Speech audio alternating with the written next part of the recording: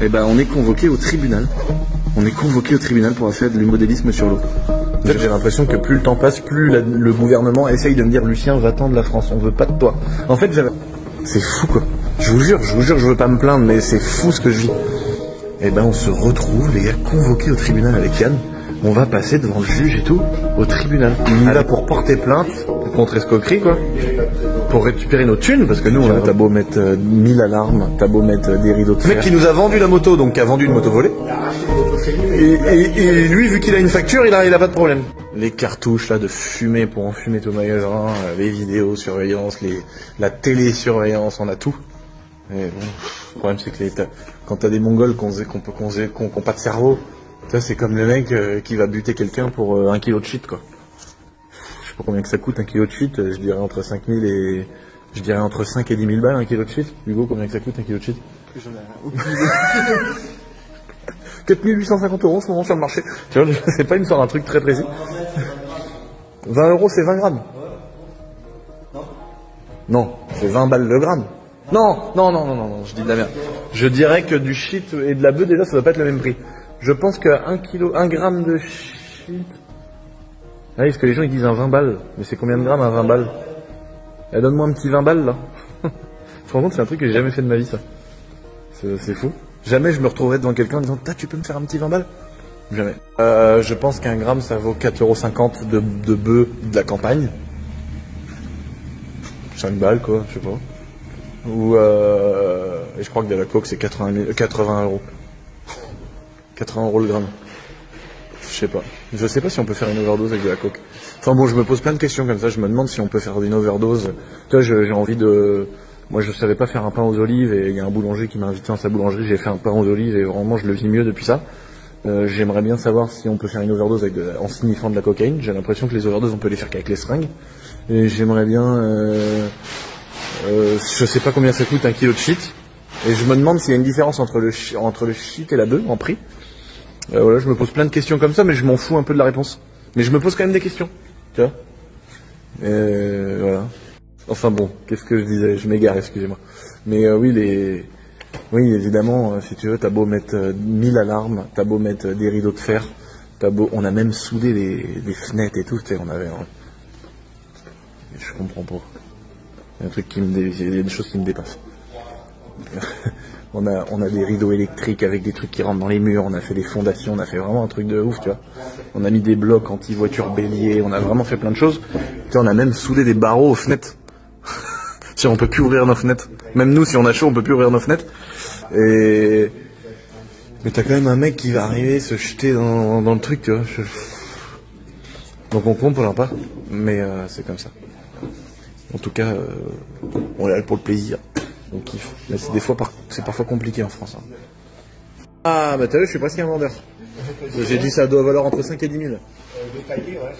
Ah non, non 1 kilo quoi. 1 kilo, 3 000, 3 500. Ah ouais. Ah, il y a une remise selon la quantité. Putain, les mecs sont commerçants. Ils sont plus commerçants qu'YXF. Si t'achètes 1 kilo. Mais je voulais dire dans ma vidéo que de toute façon, nous maintenant, on n'a même plus à craindre les gens qui viennent nous voler des motos. Parce que maintenant, c'est carrément les gendarmes qui viennent nous les chercher. Et donc on se fait voler carrément par les gendarmes des motos. Non, je suis un bâtard, j'exagère. Non, on a quand même acheté une moto à un mec qui avait acheté une moto à un mec qui lui-même avait acheté une moto volée. Donc le truc remonte à 200 personnes. Nous, dans notre magasin, on se rend compte, nous, que la moto, en la passant, on dépasse tout au truc. On se rend compte une fois qu'on l'a achetée qu'elle a été déclarée volée. Les gendarmes, ils viennent nous la prendre. Parce qu'on les appelle pour dire, bah voilà, nous on a une moto qui est déclarée volée, on fait quoi? Ils nous la prennent. Mais Sylvain, quand il a été faire la déposition pour dire qu'on a acheté une moto volée, il s'est retrouvé à faire des photos et à me donner ses empreintes. Non, mais il n'y a pas un blême dans notre pays, là, quand même. Moi, j'ai reçu d'ailleurs un petit courrier, là, quand on a fait du modélisme avec Yann au-dessus de l'eau. Et ben, on est convoqué au tribunal. On est convoqué au tribunal pour avoir fait du modélisme sur l'eau. J'ai reçu les gendarmes tout à l'heure. Moi, je vois les gendarmes à peu près toutes les semaines. Bon, là, on a acheté une moto qui avait été volée à une époque. Sylvain, il y va, on est mis en cause. Il y va pour porter plainte, contre escroquerie, quoi. Pour récupérer nos thunes, parce que nous, en attendant, on l'a acheté, la moto. Et lui, il se retrouve comme ça, à faire avec une petite pancarte, à faire des photos et à faire des empreintes. Et le mec, lui, qui nous a vendu la moto, ouais. il a une la chercher nous. Bah oui. Il nous a- parce que c'est- Le mec qui nous a vendu la moto, donc qui a vendu une moto volée. Il a racheté une moto chez nous. Et lui, vu qu'il a une facture, il a pas de problème. Enfin bon, c'est quand même, on est dans un monde de malades. Et vous voyez, nous on a été chez les gendarmes perdre des matinées et tout, avec Yann et tout. Oui, on a fait de l'avion de modélisme sur l'eau, désolé, on savait pas que c'était grave et que c'était un attentat. Et ben on se retrouve, les gars, convoqués au tribunal avec Yann. On va passer devant le juge et tout, au tribunal. Avec des journalistes qui vont me prendre en photo, qui vont faire des articles comme ça et tout. C'est fou quoi, on vit dans un monde incroyable. En fait, j'ai l'impression que plus le temps passe, plus le gouvernement essaye de me dire Lucien, va-t'en de la France, on veut pas de toi. En fait, j'avais l'impression que c'était des mecs qui avaient fait un peu de sous en France, qui s'expatriaient, tu vois. Je me disais, putain, quand même, les mecs, vous êtes culottés, vous êtes venus, vous avez fait de l'oseille dans notre pays, vous êtes nés là, et vous vous barrez maintenant que vous êtes riches. Mais en fait, j'ai l'impression qu'on te met un coup de pied au cul maintenant. Mec, j'ai l'impression qu'on veut me virer, gros. J'ai l'impression d'être, tu sais, d'être comme Ralid, d'être vu comme un étranger, gros. On est dans un pays où pourtant j'ai une bonne gueule de français, j'ai une bonne gueule de bon Didier de la campagne. Bah non mec, si je m'appelais Ralid, ce serait peut-être mieux vu. Tu vois, oh, je vous rassure, ils sont pas mieux vus. Hein. Mais tu vois, je sais pas, j'ai l'impression qu'on va me dire mais dégage mec. T'es fou, tu donnes du travail à des gens. Et tu payes je sais pas, 7-8 millions d'euros d'impôts par an. Donc va-t'en. Je comprends rien à ce pays-là, c'est moi qui est con, c'est pas possible. Et en plus je vous épargne les contrôles fiscaux toute l'année, les contrôles pour train de vie excessif. Parce que pendant une époque, ma mère, elle a eu 5 000 euros de salaire. Enfin, j'ai pas l'impression qu'on ait des grands fraudeurs ou des grands voleurs de se verser 5 000 euros de salaire. Tu vois, surtout à ma mère qui a passé le balai dans des maisons pendant 50 ans. Tu vois, qui a pas de retraite. Donc il y a quelques années, elle avait eu 5 000 balles nettes par mois en salaire et bah paf, contrôle fiscal pour train de vie, pourquoi vous gagnez autant et tout. Bah, parce qu'on travaille en fait. Enfin bon voilà. Sur ce les amis, je suis dans mon petit magasin de moto, j'ai l'impression de faire des stories où je me plains tout le temps.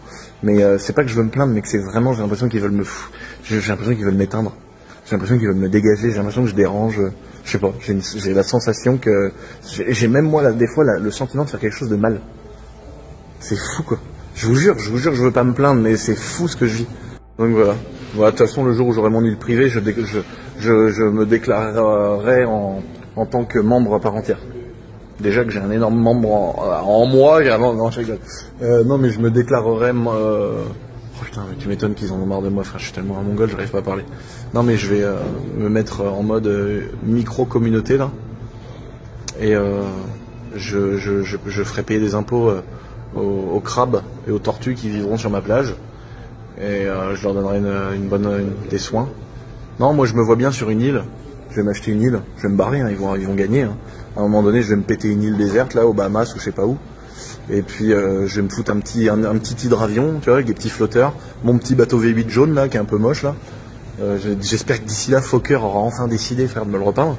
Et ça posé avec une petite truc, hop, 2-3 meufs qui parlent pas trop français, qui me font pas trop chier. Et puis terminé. Non, je rigole. Non, je serai avec ma mère en fait.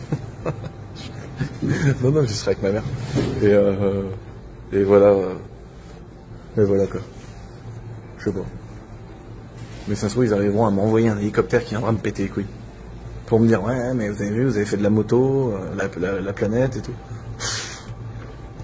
Frère, faut que j'aille où, frère? Faut que j'aille sous terre, faut que je fasse quoi? Faut que j'aille en prison? Ça se trouve, je sais pas. Putain. Quelle horreur. Regardez avec qui je dois travailler toute la journée. Vous vous rendez compte? Quelle horreur. Avec Yéman, frère. Ce gros baiser. Et après, c'est moi qui passe pour le charreau, alors que le gros baiser, il est là, frère. Bon, les gars, je viens d'apprendre qu'un kilo de shit, ça valait à peu près 2800 €. Donc là, je suis étonné à mort. Enfin, ça veut dire que les gens sont vraiment fous parce qu'ils sont prêts à tuer pour 2800 €. Enfin, c'est incroyable. Bon, de toute façon, on est dans un monde de fous, mais je trouve ça incroyable. Donc ça veut dire que ça coûte quand même beaucoup. Ça coûte 2 €. Ah bah non, parce que oui, d'accord, non, je suis con. J'allais dire que ça coûte 2,80 € le gramme, mais non. En fait, chaque personne prend sa marge. C'est pour ça que le gramme, il était à 10 balles, du coup. Ah oui, c'est comme ça que j'avais dû calculer, Hugo. Pour moi, c'est 10 € le gramme. Donc 10 € le gramme, pour moi, c'était... ça faisait 10 000 balles à peu près le kilo. Bah oui, non, mais c'est que chacun prend sa com. Putain, c'est fou. C'est incroyable ça. Voilà. Mais ne faites pas ça surtout, c'est très mal. Et là vraiment je pense que maintenant c'est même plus, tu prends plus cher qu'un pointeur, donc faut pas le faire. Je m'en rappelle, Babas en prison, il en pleurait de colère, tellement il avait le seum, parce qu'il était rentré pour des excès de permis, conduite sans permis, c'est pas bien non plus, on n'a pas dit que c'était bien évidemment. Mais il y a un mec qui était rentré après lui, et il est sorti avant Babas, un mec qui avait violé des petits gamins. Et en plus on connaissait des gens, des victimes et tout. Horrible, horrible. T'imagines la rage, t'es là, t'as fait... Bon, il a abusé Babas et tout à l'époque et tout, c'est clair, mais je veux dire, c'est pas... C'est incomparable, c'est juste incomparable. Et le mec est ressorti, oh non, désolé, il y a un vice de procédure dans le dossier. Il a rien. Il a rien, il y a un vice dans le document. Oh. Et là, mec, c'est la déception, quoi. Je me rappelle, on était sur le cul avec Rally et tout. Quelle horreur. Mon Dieu. Putain, bah enfin un qui travaille. Moi je sais pas ce que ça fait. Ça fait quoi de travailler, Hugo? Ça fait quoi de bosser? Oh merde. Oh, une belle AK en bois, les gars, j'adore. Avec la petite boîte et tout, c'est vraiment trop stylé. Peut-être pas autant stylé que ma belle petite TDS posée au sol juste ici. Peut-être pas autant stylé que ma petite Formule 3 avec des chenilles. Mais par contre c'est un gros kiff quand même. Donc voilà. Oh les répliques, les gars, il y a vraiment de tout dans ce beau petit magasin. Putain, tous les accessoires. Il y a même le monteur et le démonteur. Des petits vêtements à la boiserie, les gars. La petite H2R du Seigneur. Il y a tout ce qu'il faut pour être heureux ici. Bordel. On est juste à côté d'Angers. Il y a même un stand de tir juste derrière pour pouvoir essayer toutes les répliques. Donc voilà les potes. Ceux qui ont envie de passer, vous êtes les bienvenus. Pour faire un petit réel. Ouais. Ouais. Sur quoi? Pour Joko. Ah, ok. En gros, Alors, dis-moi. les petits scripts. Donc, je vais mettre un peu mes cheveux. Le chien arrive. Salut les ouais, j'aurais besoin que tu commandes un pare-brise. Ouais. 2 Sirus, 2 M2, STP. Ah, aussi, la M3, la M4. Ah oui, au fait, aussi, j'avais C4, il dit comme moi. Ouais. Et toi, tu dis, attends. Ce bâtard, là. Quel chien. Je suis obligé de manger ce mec. Putain, regardez-moi ça. Tous les pare-brises foudroyés là. On peut pas les refondre et en refaire des pare-brises neufs. Ah, j'aimerais bien. Petite vitre teintée aussi, les gars. Ça, c'est une nouveauté dispo chez Jabot Assurance. Petite vitre teintée, detailing, polissage de la carrosserie, plein de petites choses comme ça. Des petites cartes cadeaux, des chèques cadeaux que vous pouvez avoir si vous changez de pare-brise chez nous. Donc chaud. Un abonné, regardez, nous a fait un truc magnifique. Trop la classe. C'est vraiment trop beau, c'est en bois, c'est détaillé. Merci à tous nos abonnés hein, qui toute l'année nous régalent, nous font des petits cadeaux comme ça. C'est tellement magnifique, les gens ils arrivent chez Jabot Assurance, ils voient ça.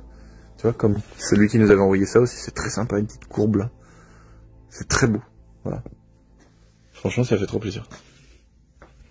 Jawad, est-ce que t'es chaud? Toujours chaud ou pas? Toujours chaud. Pour les pare-brises, tous ceux qui viennent faire changer leur pare-brise sur nous, il y en a 1 sur 10 qu'on tire au sort, il prend 1000 balles. C'est moi qui paye. Ah bah là, forcément, là, tout de suite, t'inquiète, il est chaud, là. Et les gars, c'est pas une blague. Tous ceux qui prennent rendez-vous pour changer leur pare-brise à Jabot Assurance, à chaque fois qu'il y a 10 personnes, on tire au sort un, on lui donne 1000 balles de chèque cadeau. Léopold, là, qui fait le de haut, là-bas. Il est mort. Déjà, mon gars, quand je vois ce qu'on a changé cette semaine, putain, il y en a 2-3. Non, mais en vrai, ça part d'une blague, mais sérieusement, les potes, tous ceux qui prennent leur rendez-vous, toutes les tranches de 10 personnes qui viendront, on fait gagner 1000 balles. Et en vrai de vrai, c'est pas comme si on avait 500 millions de clients, les gars. On va pas faire les mythos ou faire les mecs. Donc, il y a quand même pas mal de chance. Voilà.